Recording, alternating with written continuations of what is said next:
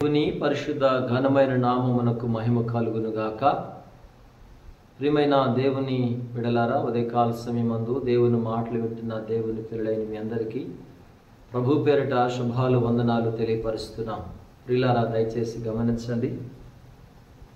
మరి అనుదినము సంఘములో జరుగుతున్నటువంటి కార్యక్రమాలను బట్టి, మరి జరుగుతున్నటువంటి కుటుంబ ప్రార్థన కార్యక్రమాల్లో దేవుడు కుటుంబాలను దీవించగా, మరి వర్తమానాల ద్వారా దేవుడు మిమ్మల్ని బలపరుస్తున్నాడని మేము ఎంతగానో సంతోషిస్తున్నాం. గడిచినటువంటి రాత్రి 24వ తారీఖు రాత్రి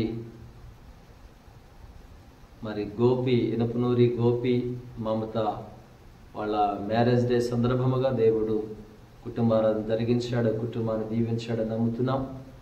అలాగే మరి ఈ 25వ తారీఖు ఉదయకాల సభలో దేవుని వాగ్దానము కొరకు ఎదురు చూస్తున్న దేవుని పిల్లలైన మీ అందరికీ కూడా చక్కని మాట దేవుడు మనతో మాట్లాడుతున్నాడు.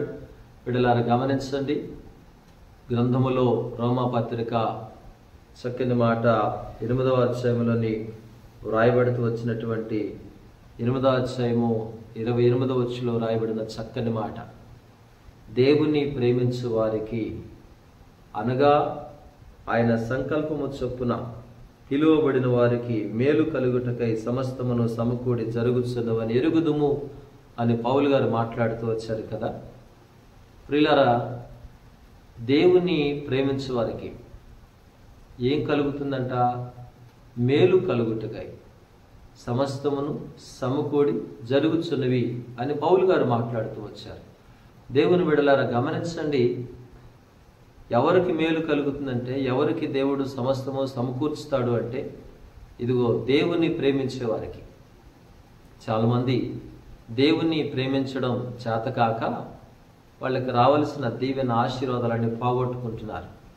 దేవుడు అంటాడు సామెతల గ్రంథంలోని చక్కని మాట, నన్ను ప్రేమించు వారిని నేను ప్రేమిస్తున్నా అని మాట్లాడారు. నిజమే, ఆయనను మనం ప్రేమిస్తే ఆయన మనలను ప్రేమిస్తాడు.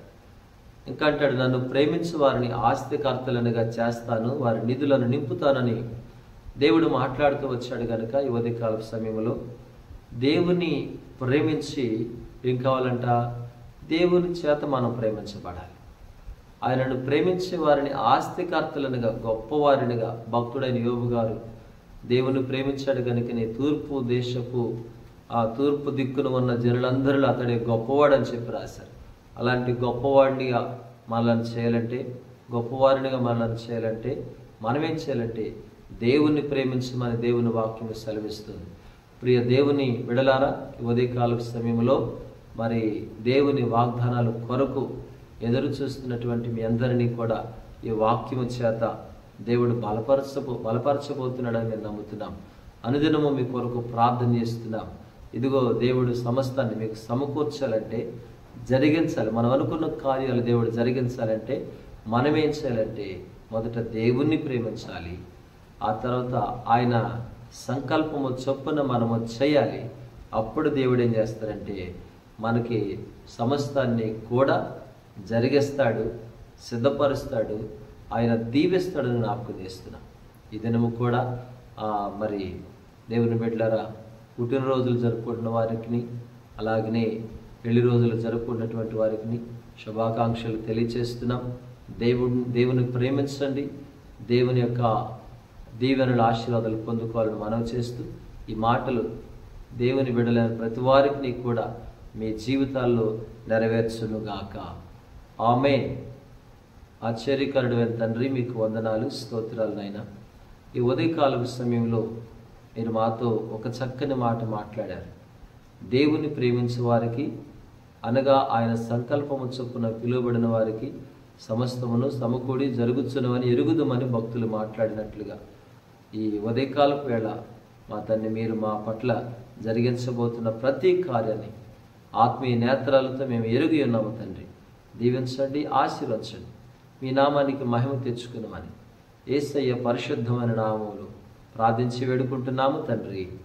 ఆమేన్. తండ్రి దేవుని ప్రేమ, కుమారుడైన క్రీస్తు వారి కృప, పరిశుద్ధాత్మ యొక్క అన్యోన్య సహవాసము సరది ఇప్పుడు ఎల్లప్పుడు సదాకాలం తోడే నడిపించునుగాక. ఆమేన్. అందరికీ ప్రభునామములు వందనాలండి.